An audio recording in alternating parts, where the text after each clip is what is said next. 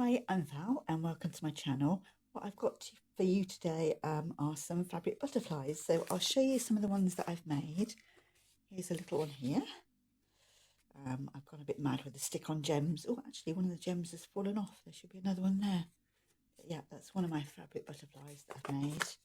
And we've got another one stuck on this journal here. I use some quite, maybe slightly too large beads on here. It's all trial and error, it's all practice. Yep, that's another one, and you can see they've got lots of layers of material and some little wire antenna. And there's a couple more here. There's this one here, which has yet to have its beads added on, and there's also this one here, which it's got a bit of sari silk. I think they've all got bits of sari silk for the bodies, and I've done some detached chain stitch on there. And you can see all the layers of organza and a bit of furnishing fabric as well. So I'll show you how to make these. What you're going to need, first of all, you'll need a butterfly shape. And I've simply got a die cut of a butterfly and I've drawn around it and cut it out cardboard to give me my template. I'm in this kind of shape. You can easily draw this freehand. So you get your butterfly shape. You'll need as well some felt. So these can be made, these butterflies, in whatever colour you want. You can have them in plain material, in pattern material, and just use up your fabric scraps.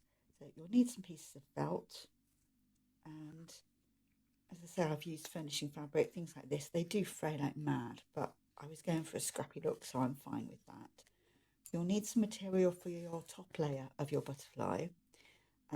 I've used printed cotton. It's quite thin, but it's fine for this purpose. If you wanted to, you could make something and use something that's a bit sturdier, or you could back your fabric with interfacing, more of which in a minute. And I've just used some little bits of sari silk for the body of the butterfly. So yeah, interfacing. I will talk about that for a second, because you can either back your top layer of material if you think it's a bit too thin with some interfacing, or the other thing I tried to do, organza, which I've used in layers on these butterflies, is a nightmare to try and cut out. If you try and cut a shape out of it, it's so mobile that it moves everywhere and you don't get an accurate shape, which is fine for a scrappy look. But I did think about whether I could back this with something to make it easier to cut out a shape. And I'd found this interfacing in a charity shop, soft and light white iron-on. And what I thought was, mistakenly, that if I ironed this on the back of some organza, it would become transparent once it's ironed. Well, it doesn't, it just stays white. And I did that, and it looked quite, I just thought it looked quite ugly with the white on the back of it. So just on a whim, I decided to paint it. So I got I don't know whether it was watercolour or Inktense, but I just painted on the interfacing. What you end up with is something quite nice. You've still got the shimmer of the organza, but you've got the colour of the paint that you've applied on the other side. So, and you can cut your butterflies out of this now. It's less mobile because it's got the interfacing on the back. So, what you're going to do in order to make your little scrappy butterflies, well, I've got to say you'll need some wire as well, but I'll tell you about that in a moment. So for your butterflies, start cutting out your shapes. Use your template to cut out your shapes, and you'll need felt for the backing. That's your bottom layer. Then I would say you need probably at least 5 or 6 layers for your butterfly to give a nice fluttery kind of look. So I've got a layer of furnishing fabric there. You'll want several layers of organza. I've just picked, cut out rather 2 layers for now. And then you'll need your top fabric. So what you're going to do is you're going to sandwich together your various layers. Put your felt aside for now, because you're going to add that on later. So get as many layers as you want of your butterfly fabric. And then you're just going to stitch down the middle, just a line of running stitch. It doesn't need to be anything neat, because you're going to cover it up with the butterfly's body. So once you've got your layers attached there, you want to make the body, and that is simply, it's just a piece of material. If I cut a piece off, you're just going to roll it into a kind of a tube. You can tuck the ends under. Oops, I'm not doing this very well. Yeah, so it's kind of like that, if you imagine it without all the frayed bits. If you imagine I've cut those off, unless you want to leave the frayed bits. And you're just making this little kind of tube for the body. And you can sew that down using a running stitch around the edge, or you can, on this one I've couched it down, and you just attach it there in a vaguely kind of butterfly body shape. These are not botanically accurate, or as you can see, so you just need something that suggests the shape of the butterfly's body. Once you've done that, you can then decorate your butterfly. You can add some little seed beads or some sequins. You can add these stick-on gems. You can do embroidery, so you can just you can embroider lines of stem stitching or some detached chain stitching. Whatever you like, you can go as fancy as you want with that. Once you've got your butterfly's body on and you've decorated your butterfly as much as you want, then you need to add your antenna, and they are simply made out of florist wire. And this is, if you've not used this before, it's very bendy. It's easy to cut. I've got some of these little jewellery pliers, but even without these, you could cut it using scissors. You probably wouldn't want to use your very best scissors, but just general household ones, they'd cut it. And in order to make the antenna, you just cut off a length, twist it round at the base, and then you just curl those around like that.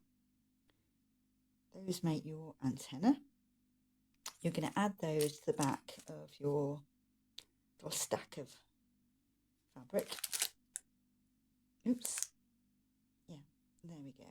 So if you imagine that's a lot neater than it is, and it's all stitched and beaded and everything, you're just going to stick those on, add those to the back, and do a few stitches just to keep those in place, those antennae.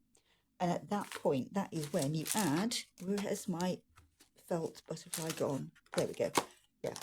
Once you've got that made up, sewn on, everything done, it's at that stage you add the felt, and that covers up the sewing of the wire on the back. I hope that makes sense. It would probably be a lot more sense if I sat here and made it with you.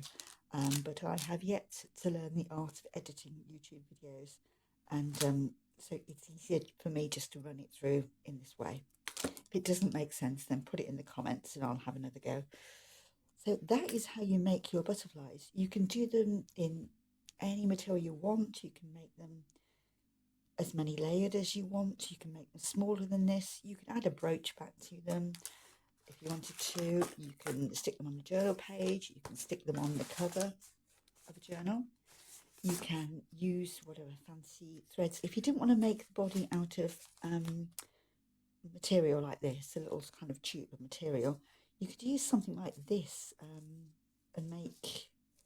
use a few strands of that and couch that down and have a nice glittery body. You could sew that down with some metallic thread. That would look lovely. You could also, you could just use some larger beads and make the body out of beads rather than material. So those are my butterflies to show you, and I have got one more butterfly, and this one came about because, let me grab the book, because I got this book borrowed from the library, hence the rather grubby cover. Textile Nature by Anne Kelly. It's a beautiful book. It's on my Christmas list. I'm hoping Santa will bring me a copy, and there's loads of inspiring images in here. And I saw this one of a mixed media piece by Anne Kelly where it's paper on wood, and I thought that was really beautiful, so I had to go at making my own little version, little embroidered butterfly. And I simply got a piece of white cotton material and stretched it over an embroidery hoop drew my butterfly shape on here, on that, and I did long and short stitch in white for the butterfly, and then I added little bits of grey for the circles and outlined it all in grey, and then I added blue thread for the body and did a lot of stitching there to try and build up the slight curve that I've got to the body. There's a bit of gold thread on the wings, and the blue colour on the wings is where I was, rather than using thread, I used Inktense and painted that on. I didn't quite get the look that I wanted. I wanted the blue to be darker and then to fade away. It's kind of a bit heavy-handed the way I've applied it, but it's not too bad. Back with some grey felt, and I've used it as silver wire for the antenna. So yeah, that was my other butterfly. So I hope maybe those butterflies have given you some ideas of what to make. These little scrappy butterflies, which have got buried underneath everything on here, they're so simple, and they are, as I say, a really good idea for using up scraps of material. And they just look very pretty, and who doesn't need more prettiness in their life? I hope you enjoyed that quick run through making fabric butterflies. If you have any questions, please leave them in the comments. Give me a thumbs up, maybe subscribe if you haven't already. So thank you for your time, and goodbye for now.